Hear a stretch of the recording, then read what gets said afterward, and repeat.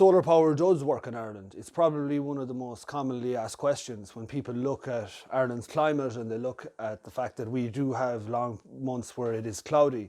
Solar actually performs well in low light conditions. Like in Ireland, we do get the same levels of sunlight comparable to parts of Germany, and Germany are one of the biggest solar producers in the world. And we will get, from 1 kilowatt in Ireland, you will get an average of 900 units of electricity a year.